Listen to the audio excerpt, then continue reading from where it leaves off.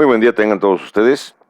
Vamos a continuar con el párrafo en que nos quedamos en el video anterior. Estamos viendo la Iglesia de Cristo en sus inicios usando el libro de los Hechos en el capítulo 2. Y estamos viendo todavía estos versículos, las profecías de David, y vamos a continuar hablando de esto. Todavía no es de las profecías de David, estamos hablando acerca de la persona de Jesús, porque todavía me faltó explicar algo importante para ustedes. ¿Cuál era el obstáculo que impedía realmente a los judíos que estaban presentes en esos momentos que Jesús era el Mesías? ¿Qué es lo que les impedía? Bueno, hay un hecho importante.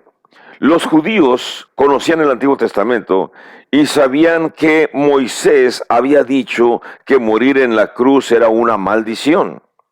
E incluso cuando Pablo escribe a los Gálatas en el capítulo 13, en el verso 13, él menciona esa sección acerca de que el morir en la cruz el que muere en la cruz es un maldito, el que es colgado en la cruz es un maldito, citando precisamente a Deuteronomio 21-23. Así que en las mentes de los judíos hay un problema de entendimiento muy grande, y el entendimiento es este. Para ellos, el Mesías debía de haber venido con mucho poder, con mucha gloria y con la capacidad militar suficiente para poder eliminar a los romanos que los tenían sojuzgados e implementar el nuevo imperio que había sido prometido a un hijo de David, en este caso es el Mesías. Ellos no concibían que Cristo Jesús viniera en pobreza, que Cristo Jesús viniera a estar como un sirviente. Recordemos que le lavó los pies alguna vez a los apóstoles y no creían, no concebían que viniera a morir como un criminal. Por eso, cuando Pablo se refiere a la muerte de Cristo Jesús en 1 Corintios capítulo 1, 23, les dice que esta historia, la historia de la muerte de Jesús en una cruz, es un tropezadero para los judíos, porque su mente no capta el hecho de que el hijo de David, el descendiente de David, va a ser el Mesías, pero al mismo tiempo va a morir como un criminal. Pedro, sin embargo, él mencionó que la cruz no es que hubiera invalidado la afirmación de que él era el Mesías, sino que más bien el morir en la cruz le dio validez a esa afirmación, pues la cruz, el sacrificio de Cristo, ya había sido parte del plan programado por Dios desde el principio. Por eso, ahora Pedro va a tener que hacer uso de algunas de las profecías del Antiguo Testamento para recalcar esta idea respecto al siervo sufriente, respecto a nuestro Señor Jesucristo. Y de los textos que va a utilizar va a ser particularmente Isaías 53 y el Salmo 22. Pedro aún no ha terminado de dar sus sorpresas. Está diciéndoles que el Cristo es el siervo sufriente, es el Mesías prometido. Así que va a dar una información que también va a sorprender a todos. Noten ustedes en el versículo 23, donde dice: a este entregado por determinado consejo y anticipado conocimiento de Dios, prendisteis y matasteis por manos de inicuos crucificándole. Y hasta ahí nos quedamos. No nada más se narra en esta sección, en Mateo 27:35, en Marcos 15:24, en Lucas 23:33 y en Juan 19:18. Los cuatro evangelistas narran este evento, unos con palabras más, otros con palabras menos. Pero el verso 24 afirma algo que a los judíos los dejó pasmados, cuando dice: al cual Dios levantó. Y esto de decir que al cual Dios levantó es suelto los dolores de la muerte, por cuanto era imposible que él fuese retenido por ella. Tenemos que entender lo siguiente. Miren, en el tiempo entre la Pascua y el Pentecostés, en los más o menos 40 y tantos días acontecidos, ya se había corrido el rumor de la resurrección de Jesucristo. Ahora, usted imagínese a un montón de gente curiosa yendo a visitar la tumba de Jesús y preguntándose, metiéndose a la covacha, a la cueva que había construido José de Arimatea, y entrando y viendo que no existía el cuerpo y preguntándose cómo era posible, qué es lo que había acontecido. Quizás se preguntaran, bueno, ¿qué pasó con el cuerpo? Y entonces entre ellos se comentaban los siguientes comentarios posiblemente. Yo conozco a fulano de tal, que me dijo que sutano de tal había dicho que Mengano había visto a Cristo. O sea que las voces en todo Palestina ya se andaban corriendo acerca de que habían visto a Jesucristo resucitado. Así que esto es importante porque la cuestión es, Pedro contestó prácticamente las preguntas que hicieron los judíos y las preguntas que también no hicieron los judíos. La cuestión es esta: Jesús había resucitado. Los judíos, los romanos, lo habían sentenciado a muerte. Pilato había intervenido, pero Dios había dado marcha atrás al veredicto, había dado marcha atrás a la sentencia, y Dios ya lo había levantado. Ahora bien, cuando Pedro proclama la resurrección, déjeme hablar acerca de las figuras gráficas de las palabras que se utilizan. La palabra usada por Pedro se ha perdido, ha estado en otras traducciones, en algunas traducciones se encuentra, cuando dijo de Jesús: sueltos los dolores de la muerte. La palabra suelto significa soltar, como si usted en su casa tiene 2 o 3 perros y en la noche cierra toda la barda y después suelta a los perros para que anden circulando y cuidando su casa, evitar enemigos que vengan. Pero déjeme decirle otro significado de la palabra soltar los dolores de la muerte, para que entendamos eso de que es imposible. Miren, cuando un bebé va a nacer y ya se cumplió la fecha del parto, no importa qué anda haciendo la mamá, no ande haciendo lo que ande haciendo, el bebé no espera. El bebé en el vientre comienza las contracciones y comienza a provocar dolores de parto en la madre, lo que indica que ya es casi imposible que la madre detenga los dolores. Así que lo que hace mamá es simplemente buscar la ayuda de una partera si está en algún lugar, en alguna casa, o ir al hospital inmediatamente, porque ya es imposible detener al bebé que está dentro de su vientre. Quiero que usted me entiende cuando decimos que estamos usando esta figura retórica, cuando Pedro dice que era imposible, o que más bien que fueron soltados los dolores de la muerte. Que imaginémonos que nuestro Señor Jesús es como un bebé que está en el sepulcro y ya llegó el momento de resucitar. Entonces es imposible que se queden en el sepulcro. Así como un bebé es imposible que se quede en el vientre de su madre cuando ya llegó el momento de nacer y está en pleno movimiento o trabajo de parto, así nuestro Señor Jesús está muerto, está sepultado, pero es imposible que la muerte lo detenga. Así que se va a iniciar la resurrección. Por eso entendamos esa figura para comprender la frase imposible, o que iniciaron los dolores, o que venció los dolores de la muerte. Simplemente esto es importante porque cuando Jesús le llegó la hora de salir del sepulcro, simplemente era imposible que la muerte lo detuviera. Llegó la hora y sale del sepulcro. Así como un bebé llega la hora y sale del vientre de su madre. Importante esta cuestión.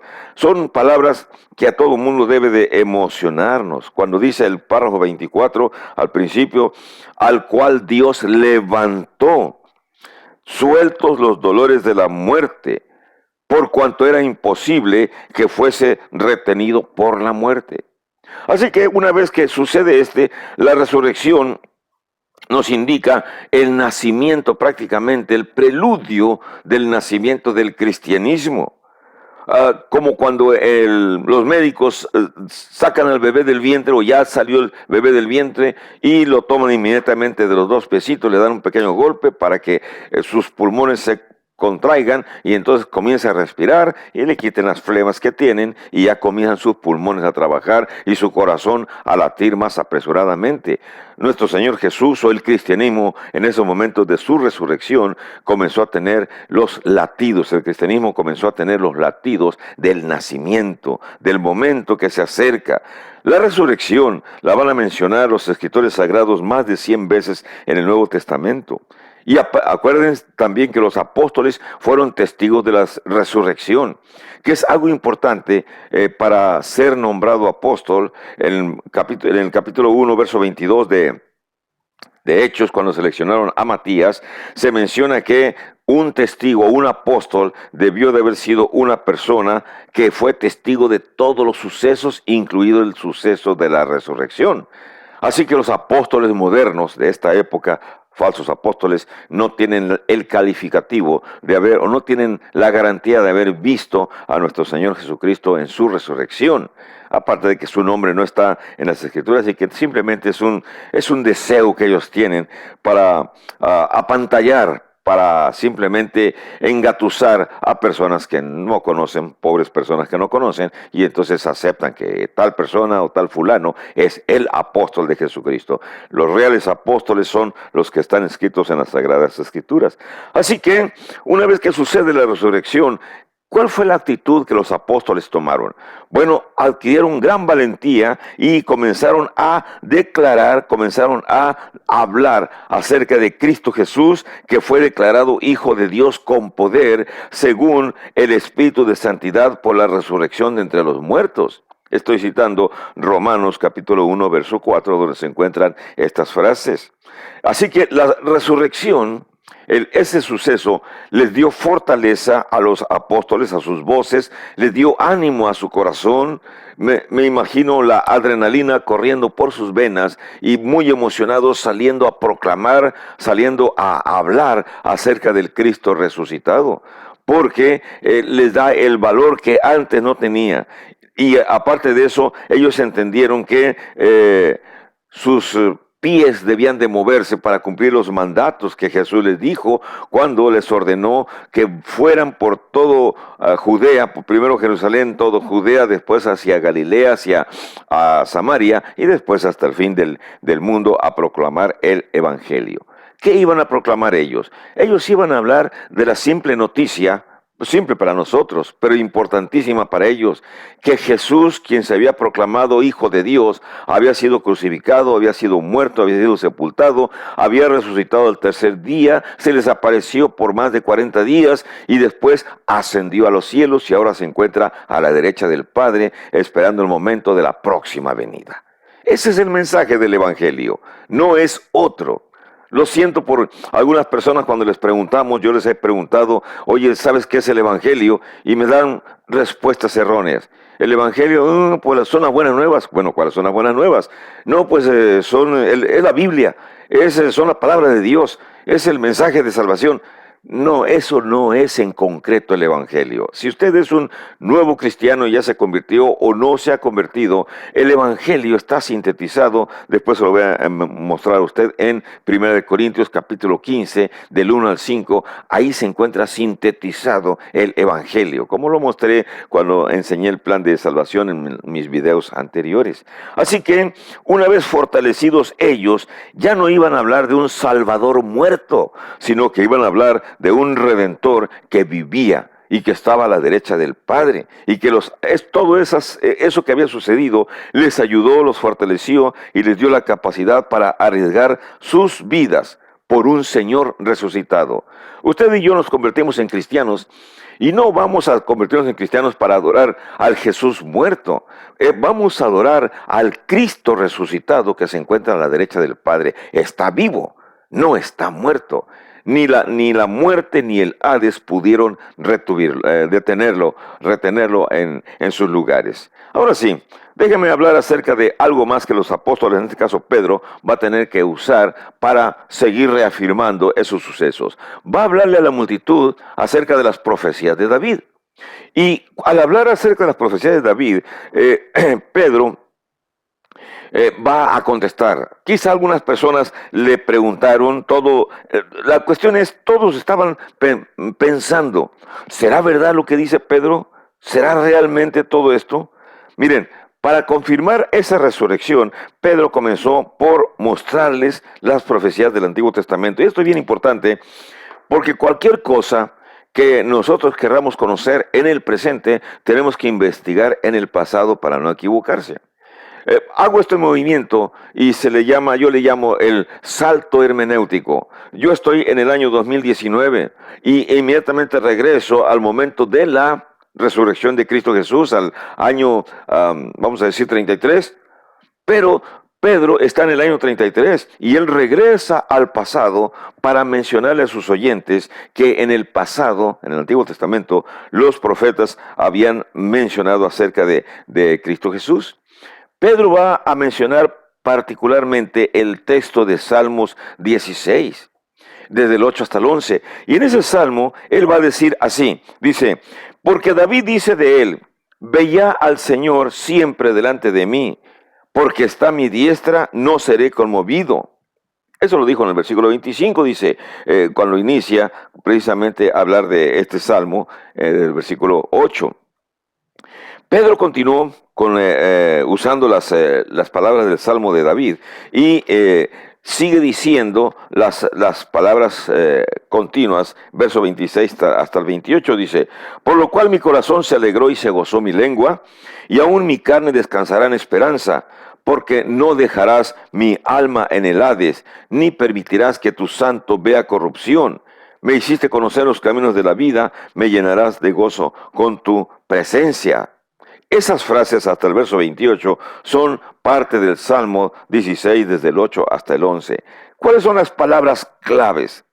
Las palabras claves son, no dejarás mi alma en el Hades, ni permitirás que tu santo vea corrupción. Entiéndase la palabra corrupción como cuerpo que se pudre. En el sepulcro los cuerpos se descomponen y esa parte del Salmo son claves.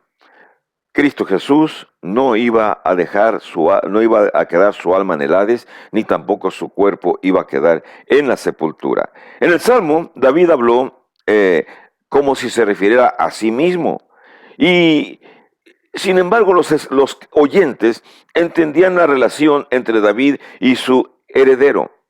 Frecuentemente en el Antiguo Testamento, los herederos de David usan la palabra son hijos de David, aunque fueran nietos, bisnietos o tataranietos. Los reyes de Judá, con el paso del tiempo, se decían hijos de David, porque realmente no fueran sus hijos inmediatos, pero eran descendientes. Entonces, usar la palabra hijo de David como descendiente de David son sinónimos en esta sección de las Escrituras.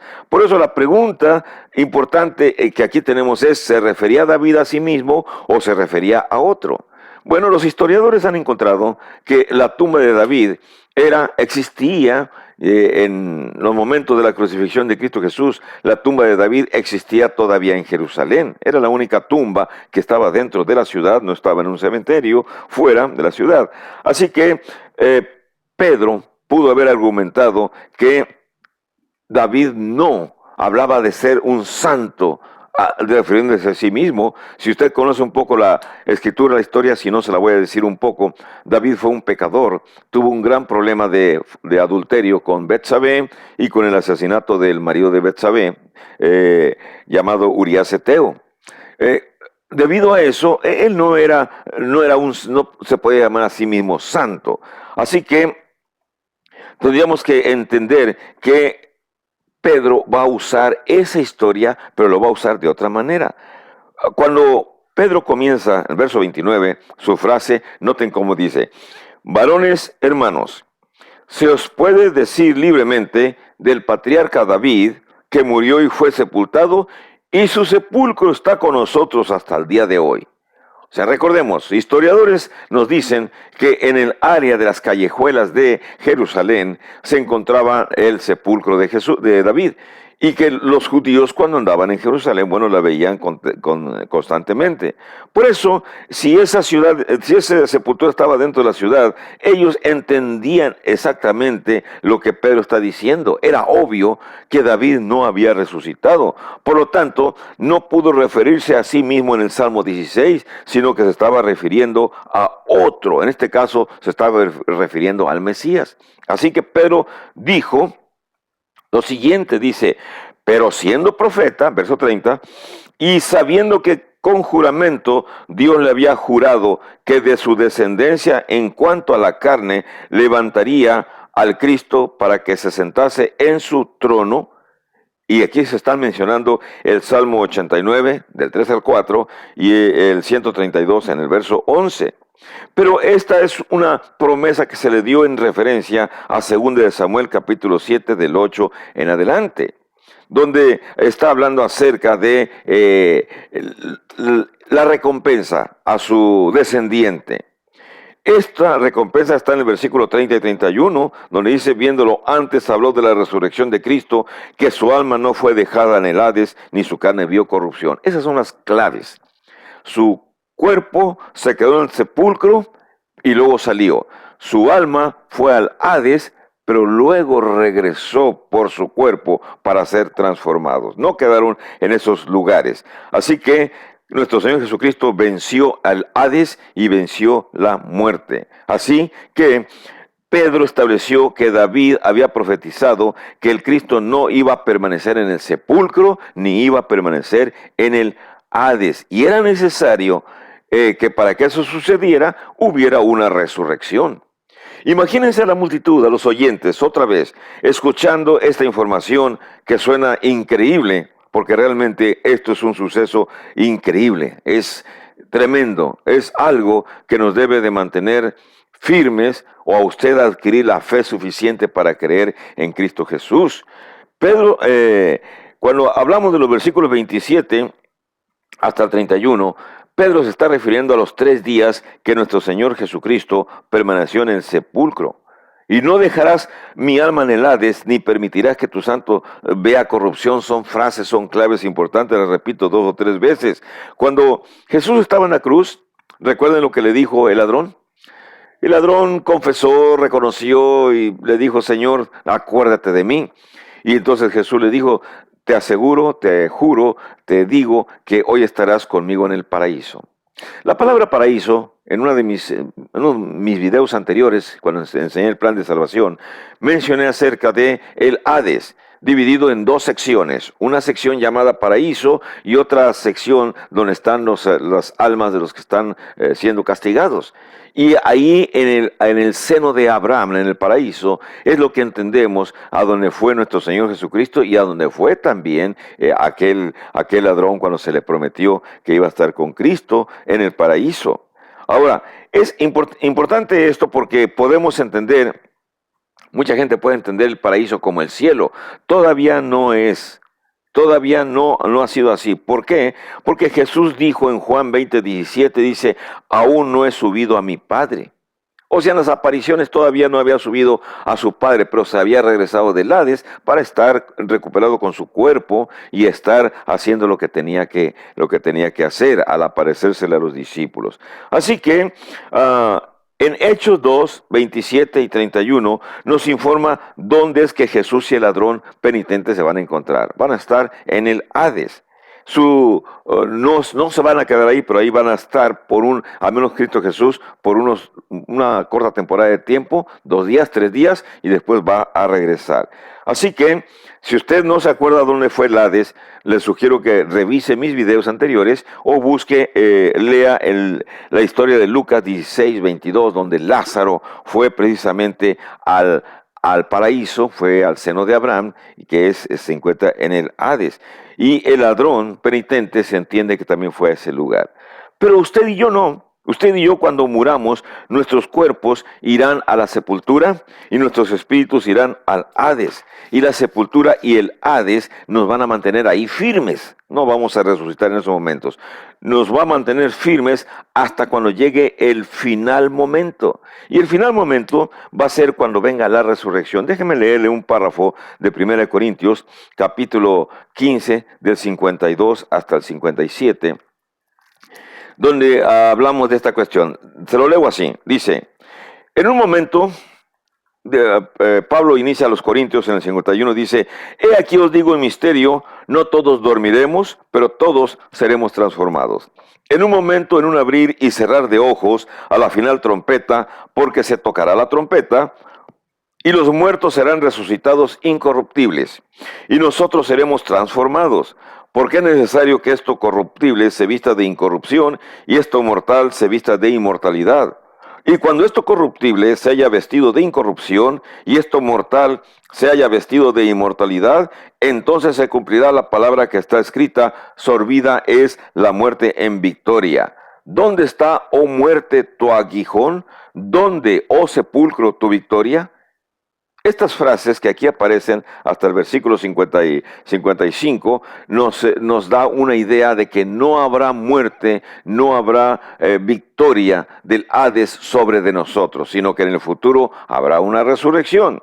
Ya que el aguijón de la muerte es el pecado y el poder del pecado la ley, mas gracias sean dadas a Dios que nos da la victoria por medio de nuestro Señor Jesucristo. Y la victoria significa vencer al Hades, vencer a la muerte en el día del juicio final, en el cual nuestros cuerpos resucitarán y serán transformados. Bueno, David, sin embargo, estaba inspirado y él declaró que lo que es verdad para todos los demás, que tienen que permanecer en el Hades hasta que venga el juicio final, no lo iba a hacer para él mismo. ¿Por qué no lo iba a hacer para él mismo? Porque el Hades y el sepulcro no lo pudieron retener, no lo pudieron guardar hasta el juicio final. Jesucristo salió primero y no dejó su alma en el Hades, ni permitió que su cuerpo viera la corrupción en el sepulcro. Ahora bien, Pedro va a continuar dando pruebas de que Jesús había sido resucitado. Así que considere esto usted como una especie de análisis. Los judíos, en ese momento la multitud, están pensando en el Jesús. Y Pedro les está hablando en el Jesús crucificado. Pero Pedro les está hablando ya del Cristo resucitado. Entonces, el Jesús crucificado ahora es el Cristo resucitado que ellos precisamente estaban esperando. Esto es inmediato porque cuando usted y yo escuchamos esta palabra, tenemos que adelantarnos y ya no pensar en el Jesús crucificado. Fue crucificado, pero hay que pensar en él, en el Cristo resucitado. Esto es importante porque Pedro había afirmado que Dios había resucitado a Jesús. Y esto es lo que les causaba confusión a los judíos, porque decían, no, es imposible. Dios va a resucitar, pero al Mesías, no al Jesús. Y por eso cuando Pedro afirma y les dice la cuestión que ellos son los que han hecho esa situación. Déjeme no adelantarme. Pedro está hablando ahora en el versículo 31 cuando dice, viéndolo antes, habló de la resurrección de Cristo, que su alma no fue dejada en el Hades, ni su carne vio corrupción. Así que Pedro les está probando a ellos que Jesús no había visto la corrupción y que algo había sucedido. Prácticamente, ellos están tratando de poner en la mente la idea de que el Jesús que ha sido crucificado es el Cristo que ahora ha sido resucitado.